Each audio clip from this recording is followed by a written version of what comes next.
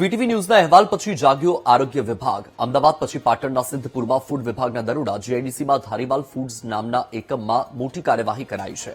તપાસ દરમિયાન 7 ખાદ્ય પદાર્થોના નમૂના લેવાયા। 1.24 લાખની કુલ 1117 કિલો ખાદ્ય સામગ્રી અને બચ્ચો કા પાસ્તાના 792 નંગ પેકેટ સીઝ કરાયા। અમદાવાદમાં ધારીવાલા ફૂડ પ્રોડક્ટ્સના બચ્ચો કા પાસ્તામાં બેદરકારી સામે આવી હતી। ગઈકાલે વીટીવી ન્યૂઝના લોકપ્રિય કાર્યક્રમ મહામંથનમાં અહેવાલ દર્શાવાયો હતો। સેમ્પલ લઈ તંત્રે કાયદેસરની કાર્યવાહી શરૂ કરી છે।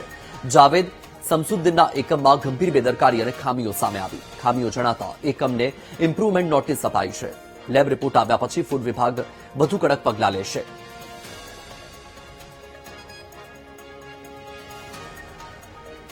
તો ગઈકાલે અમદાવાદમાં ફૂડ વિભાગે દરોડા પાડ્યા હતા, જેમાં ધારીવાલા પ્રોડક્ટ્સના બચ્ચો કા પાસ્તામાં બેદરકારી સામે આવી હતી, જેને લઈને પાટણમાં ફૂડ વિભાગને જાણ કરાઈ હતી। આજે પાટણમાં ફૂડ વિભાગે ધારીવાલા ફૂડ્સ નામના એકમમાં દરોડા પાડતા વધુ બેદરકારીઓ સામે આવી, જેને લઈને નોટિસ ફટકારવાની કાર્યવાહી કરાઈ છે।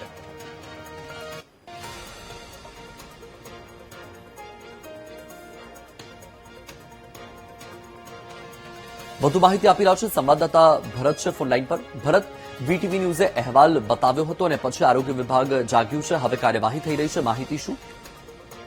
ચોક્કસથી વત્સલ, ગઈકાલે જે રીતે વીટીવી ન્યૂઝની અંદર અહેવાલ પ્રસારિત કરવામાં આવ્યો હતો કે જે રીતે અમદાવાદની અંદર ધારીવાલા નમકીનની જે ફેક્ટરી ઝડપાઈ હતી, ત્યાં ગાડીથી જે રીતે કેમિકલ નાખીને જે પદાર્થો બનાવતા હતા તેનો એક અહેવાલ પ્રસારિત કરવામાં આવ્યો હતો અને તેના જ પગલે આજે પાટણ ફૂડ એન્ડ ડ્રગ્સ વિભાગ સફાળું જાગ્યું છે અને સિદ્ધપુર જીઆઈડીસીમાં આવેલી જે ધારીવાલા નમકીનની જે ફેક્ટરી છે ત્યાં આગળ ગઈકાલે મોડી રાત્રે દરોડા પાડવામાં આવ્યા હતા અને તેની અંદરથી જે બાળકોને ખાવા માટેના જે નમકીનો અલગ અલગ પ્રકારના જે 7 જેટલા નમકીનો છે તેને ઝડપી પાડ્યા હતા અને 1,24,000થી વધુનો મુદ્દામાલ ઝડપ્યો છે અને કાયદેસરની કાર્યવાહી હાથ ધરી છે અને જે પણ સેમ્પલ લેવામાં આવ્યા છે તેને ફોરેન્સિક લેબની અંદર મોકલવામાં આવ્યા છે અને રિપોર્ટ આવ્યા બાદ વધુ કાર્યવાહી થશે। પરંતુ સૌથી મહત્વની બાબત છે કે જિલ્લાની અંદર આ રીતની જે ફેક્ટરીઓ અનેક ધમધમી રહી છે, પરંતુ ક્યાંક ને ક્યાંક ફૂડ વિભાગ હજુ નિંદ્રામાં હોય તેવું જોવા મળી રહ્યું છે, કારણ કે લોકોના આરોગ્ય સાથે ચેડા કરતા આવા જે નમકીન બનાવતા વિક્રેતાઓ છે તેમની ઉપર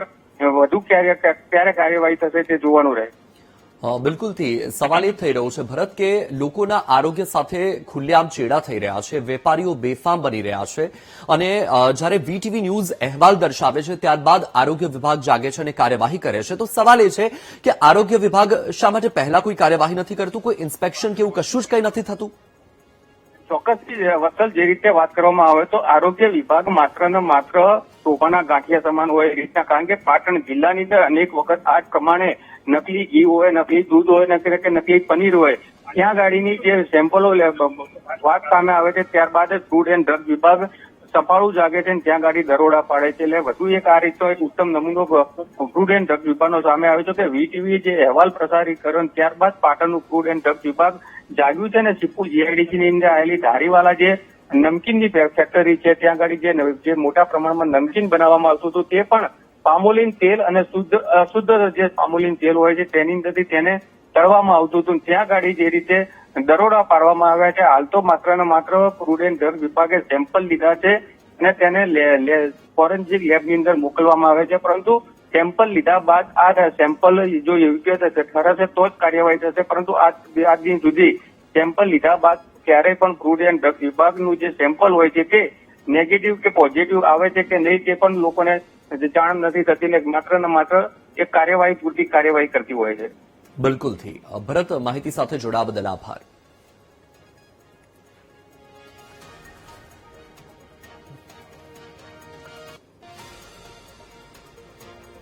તો આ દ્રશ્ય તમારી ટીવી સ્ક્રીન પર બે અલગ અલગ જગ્યાએના છે। આજે પાટણમાં દરોડા કરવામાં આવ્યા છે, ગઈકાલે અમદાવાદમાં દરોડા કરવામાં આવ્યા હતા। વીટીવી ન્યૂઝે અહેવાલ દર્શાવ્યો હતો અને વીટીવી ન્યૂઝનો લોકપ્રિય કાર્યક્રમ મહામંથનમાં પણ આ મુદ્દે અવાજ ઉઠાવવામાં આવ્યો અને ત્યારબાદ આરોગ્ય વિભાગ એક્શનમાં આવ્યું। સવાલ એ થઈ રહ્યો છે કે આ જે વેપારીઓ છે લોકોના સ્વાસ્થ્ય સાથે ચેડા કરે છે, તો શા માટે તેમના સામે કાયદેસરની કાર્યવાહી નથી કરવામાં આવતી કે જેથી કરીને બીજા કોઈ વેપારીઓ આવું કરતા પહેલા પણ 100 વખત વિચાર કરે?